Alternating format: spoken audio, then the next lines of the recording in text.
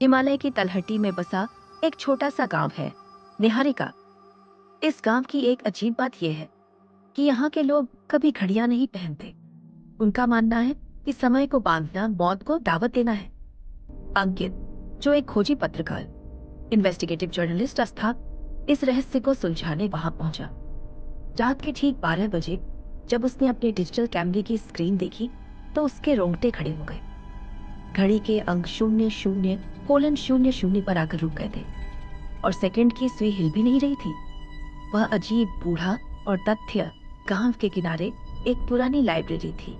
वहां अंकित की मुलाकात एक अंधे बूढ़े व्यक्ति से हुई जो बिना देखे ही पुरानी किताबें पढ़ रहा था। अंकित ने घबराते हुए पूछा, बाबा, मेरी घड़ी रुक क्यों गई? बूढ़ा मुस्कुराया और बोला, बेटा, विज्ञान कहता है कि प्रकाश की गति, स्पीड ऑफ लाइट, पर समय रुक जाता है। पर इस गांव में प्रकाश नहीं, सत्य की गति तेज है। यहाँ हम वह देखते हैं जो है, वह नहीं जो हमें दिखाया जाता है।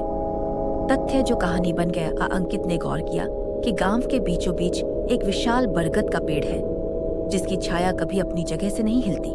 सूरज सिर पर रोनी तापट हो या ढल रहा हो, छाया वहीं की वहीं जमी रहती थी। उसने अपनी डायरी में लिखा, तथ्य क्रमांक 1, प्रकाश की किरणें यहाँ मुड़ रिफ्लेक्ट नहीं रही है, वे एक ही बिंदु पर स्थिर हैं। तभी उसे एहसास हुआ कि गांव में कोई परिंदा नहीं चहचहा रहा था। वहां मौजूद हर इंसान की आंखों की पुतलियां पूरी तरह से सफेद थीं। वे चल रहे थे, बात कर रहे थे, लेकिन उनमें जीवन का शोर नहीं था। रहस्य का पर्दाफाश। अंकित भागकर उस बरगद के पास गया और उसकी छाल को खुरचा।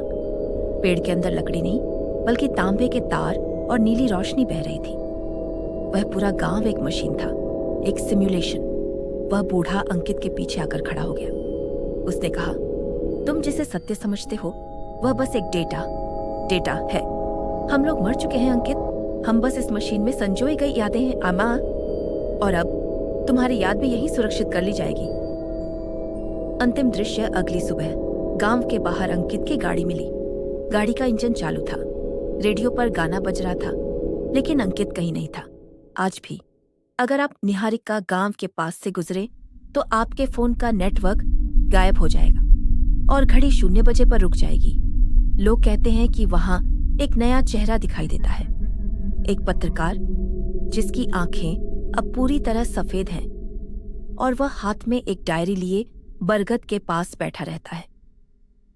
क्या आप इस कहानी का अगला भाग जानना चाहेंगे कि उस बरगद के नीचे कौन सी मशीन